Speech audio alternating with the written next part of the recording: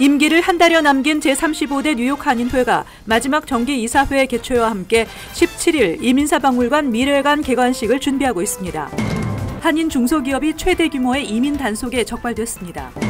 내년 10월부터 전국적으로 리얼 아이디법 시행 의무화가 공지됐습니다. 트럼프 행정부가 푸드스탬프 수혜자 근로 의무 조건을 강화해 상당수의 푸드스탬프 수혜자들이 자격 상실 위기에 처하게 됐습니다. 뉴욕주 공립교 급식 규정 변경을 추진하고 있는 농무부가 뉴욕주를 비롯한 6개 주와 워싱턴 DC로부터 소송을 당했습니다. 이상은 이 시각 주요 뉴스입니다. 시청자 여러분 안녕하십니까? KBN 뉴스입니다. 임기를 한 달여 남긴 제35대 뉴욕 한인회가 마지막 정기 이사회를 개최했습니다. 재정 보고와 함께 남은 기간 주요 일정도 밝혔는데요. 17일에는 이민사 박물관 미래관 개관식을 준비하고 있습니다. 보도에 지한샘 기자입니다. 어제 저녁 뉴욕 한인회관에서 열린 제35대 뉴욕 한인회의 마지막 정기 이사회. 지난 2년 동안 한인회를 이끌어온 김민선 회장과 이사들은 그동안의 사업 성과와 회관 상태를 점검하고 한인회 재정 보고를 했습니다. 지난 1년 동안 회관과 이민사 박물관 총 수익금은 64만 1,465달러, 회관 유지 보수나 박물관 공사 비용, 민승기 전 회장 소송 비용 등 63만 5,580달러를 지출했으며 뉴욕 한인회 사무국 계좌 3만 1,264달러, 회관 계좌 2만 7,600달러, 회관 세입자 보증금 5,286달러, 박물관 계좌 4만 9,555달러 등 총 11만 3,706달러의 잔액이 남아 있습니다.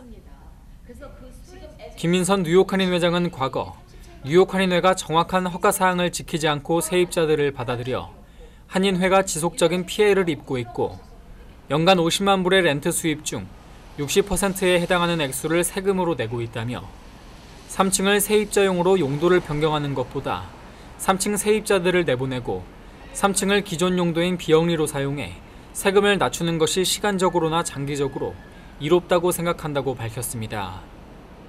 지금 anyway 인컴이 없는데 뭐 때문에 프로핏으로 해서 텍스를 많이 내느냐. 그냥 난프로핏으로 해가지고 하고 그 사람들을 난프로핏 용도에 쓴다고 그 변호사를 사서 빌딩 디파트먼트한테 이분들을 내보내는 데에 도움을 받으라 이거죠. 또 아직 재판 결과를 받지 못한 민승기 소송건에 대해서는 재판을 담당했던 판사가 승진을 하게 되면서 개인적인 문제로 지체되고 있는 것으로 알고 있다며 임기가 끝나기 전에 결과를 받기 위해 노력하고 있다고 말했습니다. 기대를 하기로는 그래도 그런 편지를 받으셨으니까 4월 말 전에 판결을 내려주시지 않을까 그런 기대를 가지고 있습니다. 한편 36대 뉴욕 한인회장을 선출하기 위해 조직됐던 선거관리위원회는 후보자 공탁금 5만 달러에서 투표를 하기 위해 진행했던 행사와 홍보 비용 등을 제하고 1,453달러가 남았다고 밝혔습니다. 뉴욕 한인회는 오는 10일에는 워싱턴 DC 연방국회의사당에서 대한민국 임시정부 수립 100주년을 기념하는 행사를 개최하고 17일에는 이민사박물관 미래관 개관식 및 기부자 현판식을 가질 예정입니다. KBN 뉴스 지한샘입니다. 한인 중소기업이 최대 규모의 이민 단속에 적발됐습니다. 이민국의 불시 단속으로 텍사스주 CBE 테크놀로지 그룹의 수백 명의 서류 미비 직원들이 체포됐습니다. 국토안보조사부는 3일 텍사스주 앨런 지역의 조희용 회장이 운영하는 중소기업 CBE 테크놀로지 그룹과 자회사 4곳을 급습해 280명 이상의 서류 미비 신분 직원을 현장에서 체포했습니다. 이는 지난 10여 년간 단일 사업장을 대상으로 실시된 단속 가운데 최대 규모입니다. CBE 조 회장은 댈러스 한인문화센터 건립추진위원회 공동위원장을 맡는 등 텍사스 한인사회에서 잘 알려진 인물입니다. 이번 단속은 국토안보조사부와 연방검찰 텍사스주 동부지법 등이 합동으로 수색 영장을 갖고 회사 내부로 진입한 뒤 모든 출입구를 봉쇄하고 이민법 위반 혐의를 받고 있는 직원들을 현장에서 체포했습니다. 이 과정에서 합법적으로 고용된 직원에게는 손목에 초록색 밴드를, 불법 혐의 직원에게는 노란색 밴드를 채웠고 건물 뒤편에는 이미 대형 버스가 4대 대기해 있었으며 붙잡힌 직원들은 댈러스 러브필드 공항 인근 ICE 구치소로 보내졌습니다. 국토안보조사부는 지난 1월부터 CBE의 불법 고용 관련 제보가 이어졌고 종업원 고용 자격 확인 I-9 양식을 조사해 불법 혐의들이 있음을 확인했고 단속이 진행됐다고 밝혔습니다. 한편 조 회장을 포함한 경영진에 대한 처벌 여부도 주목되고 있습니다. 불법 고용이 확인되면 고용주도 형사상 처벌을 받게 됩니다. 구치소에 수감 중인 직원들은 개별 인터뷰 이후 기록을 토대로 구금 또는 인도주의적 차원에서 석방 여부가 결정될 전망입니다. 현재 체포된 직원 중에 한인이 포함됐는지에 대한 여부는 알려지지 않고 있습니다. 하원에서 로버트 뮬러 특별검사의 보고서 전체를 의회에 제출하도록 하는 소환 결의안이 통과돼 하원 민주당과 트럼프 간의 갈등이 확대되고 있습니다. 민주당은 이와 함께 트럼프 대통령의 납세 문제를 조사하기로 하며 공세 수위를 높이고 있습니다. 민주당이 주도하는 하원 법제사법위원회는 로버트 뮬러 특별검사의 보고서 전체와 수사 관련 증거들을 의회에 제출토록 하는 소환 결의안을 통과시켰습니다. 400쪽에 달하는 특검 보고서 전체가 의회를 통해 공개될 길이 열린 것입니다. 이런 가운데 하원 감독개혁위원회는 트럼프 대통령의 분식회계 의혹과 관련해 과거 10년치 채무 문서를 회계법인으로부터 강제로 제출받아 조사에 나서기로 했습니다. 트럼프 대통령의 개인 변호사였던 마이클 코어는 지난 2월 말 의회 청문회에서 분식회계 의혹을 제기하며 트럼프가 대출을 위해 자산을 부풀리거나 세금을 줄이고자 자산을 축소했다고 주장하며 증거로 3년치 회계 보고서를 제출했습니다. 트럼프 대통령 기업의 회계 감사는 마자스 USA가 맡았습니다. 엘리자 커밍스 감독개혁위원장은 마자스 최고 경영자에게 보낸 서한에서 2011년에서 2013년 재무제표와 채무와 관련해 의문이 있다고 지적했습니다. 도널드 트럼프 행정부의 합법 이민 확대안의 윤곽이 드러났습니다. 트럼프 대통령이 올해 신년 연설에서 발표한 합법 이민 확대안은 취업 이민은 크게 늘어나지만 가족 이민은 대폭 축소될 것으로 보입니다. 제러드 쿠슈너 백악관 선임 고문 등이 현재 연간 100만 명 안팎으로 발급되는 전체 영주권 규모는 유지하되 취업 이민을 늘리는 방안을 검토하고 있다고 정치 전문 매체 폴리티코가 어제 보도했습니다. 고숙련 전문직뿐만 아니라 비숙련직 문호도 확대되며 단기 취업 비자 등도 늘어나게 될 것으로 예상됩니다. 이에 따라 취업 이민을 제외한 가족 이민은 대폭 축소될 것으로 보입니다. 쿠슈너 고문이 주관한 이민개혁회의에 참석했던 관계자들에 따르면 합법 이민 확대 방안은 트럼프 대통령이 요구했던 추첨 영주권 제도 폐지와 연쇄 가족 이민도 축소하도록 하고 있습니다. 쿠슈너 고문 등은 관계부처와 논의를 통해 최종안을 확정해 올 여름 연방의회에 공개한다는 계획입니다. 내년 10월부터 전국적으로 리얼 아이디법 시행 의무화가 공지됐습니다. 한편 뉴욕, 뉴저지에서 발급 대기 기간이 길어질 것으로 우려되고 있어 운전면허증 만료 기간이 남아있더라도 지금부터 미리 준비해야 할 것으로 보입니다. 연방교통안전청은 내년 10월부터 연방정부 관공서 출입과 국내선 항공기 탑승 과정에서 예외 없이 리얼 아이디 신분증을 제시해야 한다고 어제 공지했습니다. 리얼 아이디가 없을 경우 일반 운전면허 신분증 외에 여권 등 연방정부가 인정하는 신분증이 있어야 합니다. 한편 뉴욕주는 지난 2017년 10월 30일부터 일반 운전면허증과 함께 리얼 아이디를 발급하기 시작했지만 뉴저지주는 아직도 리얼 아이디 신분증을 발급하지 않고 있어 아이디 발급 시행이 늦어지면서 대기 시간이 길어질 것 등이 우려되고 있습니다. 뉴저지 차량국은 늦어도 올 봄에는 발급을 시작한다고 했지만 아직 정확한 일정은 공개되지 않았습니다. 뉴욕주도 앞으로 신청자가 몰릴 것으로 예상됨에 따라 운전면허증 만료 기간이 남아있더라도 신청자가 많지 않은 지금부터 미리 준비하는 것이 바람직하다는 것입니다. 리얼 아이디법은 테러범 등 범죄자의 신분증 위조와 변조, 도용을 막기 위해 각 주가 연방정부의 지침에 맞게 신분증을 발급하는 규정입니다. 리얼 아이디를 반드시 발급받아야 할 필요는 없지만 소지하고 있으면 공항이나 관공서 출입을 할 때 매번 여권을 지참하는 수고를 덜 수 있습니다. 뉴욕주에서 리얼 아이디를 받으려면 반드시 차량국을 방문해야 합니다. 신청에 필요한 서류는 출생증명서나 여권 등 기존에 소지하고 있던 정부 발급 신분증, 소셜 시큐리티 번호, 시민권 증서, 뉴욕주 거주 증명 서류 2개 등입니다. 상당수의 푸드 스탬프 수혜자들이 자격 상실 위기에 처하게 됐습니다. 트럼프 행정부가 대폭 강화한 푸드 스탬프 수혜자 근로 의무 조건 개선안이 승인되면 전국적으로 75만여 명의 수혜 자격이 박탈될 것으로 예상되고 있습니다. 트럼프 행정부는 각 주정부가 푸드 스탬프 수혜 근로 조건을 면제해 줄 수 있는 권한을 크게 제한토록 하는 내용의 푸드 스탬프 수혜자 근로 의무 조건 개선안을 추진하고 있다고 CNN이 보도했습니다. 이번 개선안은 조만간 최종안이 작성돼 백악관 예산관리국의 승인 과정을 앞두고 있습니다. 현재도 직업이 없는 건강한 성인은 주 20시간 이상 직업훈련 프로그램에 참여하지 않을 경우 36개월 중 3개월만 푸드 스탬프 수혜를 받을 수 있지만 실업률이 높거나 일자리 수가 충분하지 않은 시나 카운티일 경우 뉴욕주를 비롯해 각 주정부 재량으로도 이 규정을 면제하도록 허용하고 있습니다. 그러나 트럼프 행정부의 이번 개선안에서는 각 주정부 재량으로 면제해 주도록 한 푸드 스탬프 수혜자 근로 의무 조건을 현재 실업률 3.7% 이상의 시나 카운티 지역에서 실업률 7% 이상 지역만 허용토록 하고 있습니다. 이에 따라 이번 개선안이 최종 확정될 경우 상당수 푸드 스탬프 수혜자들의 자격이 상실될 것이라는 우려가 나오고 있습니다. 연방 농무부 측은 미 전국적으로 푸드 스탬프 수혜 자격 박탈자가 75만 5천여 명에 달할 것으로 추산하고 있습니다. 트럼프 행정부는 이번 규정 변경으로 5년 동안 80억 달러의 예산을 절감할 수 있을 것으로 보고 있습니다.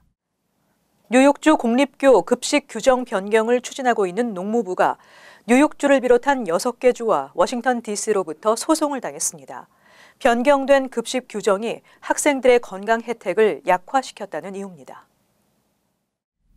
뉴욕, 캘리포니아, 일리노이, 미네소타, 뉴멕시코, 버먼트 등 6개 주와 워싱턴 DC가 공립학교 급식 개선 법안을 농무부가 변경함으로써 효력을 크게 약화시키고 있다고 판단해 연방법원 뉴욕 남부지법에 소장을 제출했습니다. 레티샤 제임스 뉴욕주 검찰총장은 트럼프 행정부가 학교 급식의 소금, 통곡류 관련 규정을 변경해 아이들이 누려야 할 건강 혜택의 기반을 약화시켰다며 소송 배경을 밝혔습니다. 메릴랜드에서도 비영리기관 공공과학센터와 건강한 급식이 비슷한 내용의 소송을 제기했습니다. 소장에 따르면 원고 측은 농무부의 급식 규제 변경 내용이 합당한 법적 절차 없이 실행됐으며 과학적인 근거가 없고 대중의 반대에도 일방적인 추진을 감행해 이는 행정법 위반이라며 농무부의 2018년 급식 규제 변경이 불법 행위라고 판결 내릴 것을 촉구했습니다. 뉴욕타임즈는 해당 법안에 따른 규제에 반대하는 학교에 면제 조치를 취해온 농무부는 지난해 법안에 명시된 나트륨 허용치에 대한 규제를 영구히 연기했으며 급식에서 의무적으로 사용해야 하는 통곡류의 양도 반으로 줄였다고 어제 보도했습니다. 뉴욕타임즈는 농무부가 이번 소송에 대한 입장을 표명하지 않았지만 소니 펄듀 장관은 재정적으로 현실 가능하고 학생과 커뮤니티가 동의하는 문화적으로 적합한 급식을 제공할 유연성을 필요로 한다고 말한 바 있다고 보도했습니다. 메이저리그 야구 시즌이 개막된 가운데 뉴요커들은 매치보다 양키 팀을 더 선호하는 것으로 나타났습니다. 퀴니피액 대학교가 설문조사한 결과 응답자의 48%는 아메리칸 리그 소속 양키스를 응원한다고 말했으며 내셔널리그 매치를 응원하는 팬은 33%였습니다. 지난해에는 양키스 53%, 매치 34%였습니다. 크로스타운 라이벌 양키스와 매치 외에도 양키스와 앙숙 관계인 보스턴 레드삭스를 좋아한다는 대답은 4%였습니다. 빌 드블라지오 뉴욕시장은 레드삭스 팬으로 알려져 있습니다. 양키스는 지난 2007년 이후 매년 조사에서 매치보다 더 많은 팬을 가지고 있는 것으로 나타났습니다. 지역별로는 브루클린 거주 응답자의 54%가 양키스 팬이고 브롱스는 무려 64%로 나타났습니다. 매치는 브루클린에서 32%, 브롱스에서 19%의 응답자만이 팬이라고 답했습니다. 맨하탄은 36%, 스태튼 아일랜드는 36%로 양키스보다 적었습니다. 그러나 매치의 홈 구장인 시리필드가 있는 퀸즈에서는 매치 팬이 47%로 양키스 팬보다 많았습니다. 이어서 LA 지역 한인사회 소식입니다. 지난해 여름 한인사회의 결집력으로 주류 사회를 놀라게 했던 방글라데시 지역구 투표 이후 주민의회의 중요성을 자각한 한인들이 또다시 뭉쳤습니다. 윌셔센터 코리아타운 주민의회가 주민들의 의사를 시정부에 직접 전달하는 중요한 일을 하는 만큼 한인타운의 대표자들을 뽑는 데 한 표를 행사하기 위해 한자리에 모였습니다. 투표 현장을 홍지은 기자가 전해드립니다. 오늘 오후 2시 LA 서울국제공원 윌셔 주민의회 현장 투표소 앞. 200여 명의 주민들이 투표 시작 시간에 맞춰 줄지어 서 있습니다. 이 가운데 절반 이상은 한인들입니다. LA 한인타운을 관할하는 윌셔센터 코리아타운 주민의회 대의원 선거에 한 표를 행사하기 위해 모인 겁니다. Compared to previous neighborhood council elections, this would be considered a high turnout election. We've seen high turnout elections as high as 2,500 voters, but we're expecting this to be a high turnout election. 주민의회는 시정부와 지역 주민의 긴밀한 협력 관계를 구축하기 위해 만들어진 시스템으로 LA 시정부의 정책에 큰 영향력을 행사할 수 있습니다. 하지만 사익을 챙기려는 대의원들의 이권 다툼 등으로 주민들로부터 외면을 당해 사실상 유명 무실해졌습니다. 지난해 방글라데시 지역구 투표에서 보여졌던 한인 사회의 결집력이 또다시 한인들의 발길을 투표소로 향하게 했습니다. 리틀 방글라데시 분할한 투표는 LA 주민의회 선거 사상 최다표인 18,800여 명이 참가하면서 풀뿌리 민주주의의 중요성을 자각하는 계기가 됐습니다.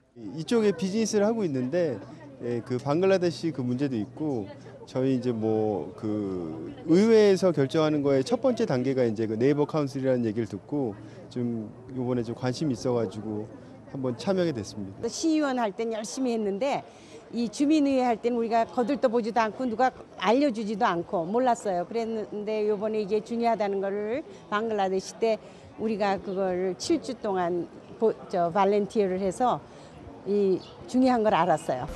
주민의회 대의원 선거에 한인들은 높은 참여율을 보이면서 주민대표 당선 결과에 이목이 집중되고 있습니다. 44명의 후보 가운데 선출되는 대의원 수는 모두 26명. 투표 결과는 이르면 내일 오전 9시에 발표될 예정입니다. MBC 뉴스 홍지은입니다. 캘리포니아주에서 노숙하는 대학생들을 위해 학교 캠퍼스 내 주차장을 개방하는 법안이 상정됐습니다.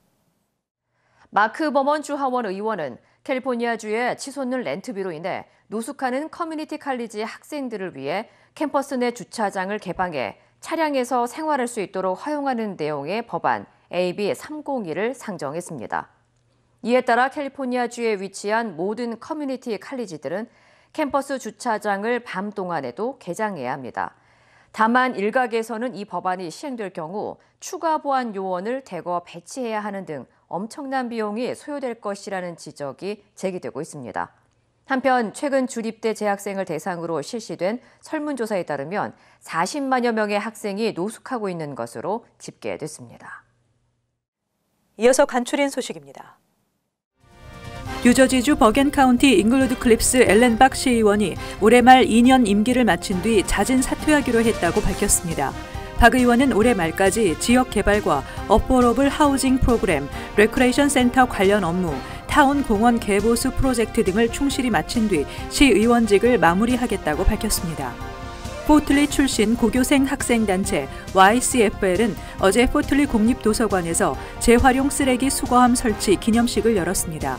YCFL 학생들의 아이디어를 바탕으로 제작된 수거함은 주민들이 재활용 쓰레기 분리수거에 보다 적극적으로 동참할 수 있도록 눈길을 끄는 디자인으로 LG전자 미주 본사의 지원으로 제작됐으며 포틀리 타운 주요 지역 4곳에 각각 설치됐습니다. 빌 드블라지오 시장이 서민 아파트 확충을 위해 브루클린에 있는 17채의 건물을 매입하는 과정에서 자신의 정치 후원자와 연계했다는 정황이 포착됐다고 뉴욕타임즈가 어제 보도했습니다. 드블라지오 시장은 지난해에도 퀸즈 롱알랜드 시티에서 식당을 운영하는 한 업주가 지난 2010년 식당 리스 갱신 목적으로 드블라지오 시장에 정치 후원금을 제공했고 이후 혜택을 받았다는 의혹으로 곤욕을 치르기도 했습니다. 뉴저지 팰리세이드 파크 타운 정부가 내일 린드버그 초등학교에서 연례 헬스페어 행사를 개최합니다. 오전 9시부터 정오까지 열리는 행사에서는 혈압 검사를 비롯해 비만도, 시력, 청력, HIV, 피부암, 당뇨, 코골이, 수면, 무호흡증 검사가 무료로 제공되고 혈액 검사와 전립선 암 검사는 $25에 제공합니다. 계속해서 환율과 증권 소식입니다.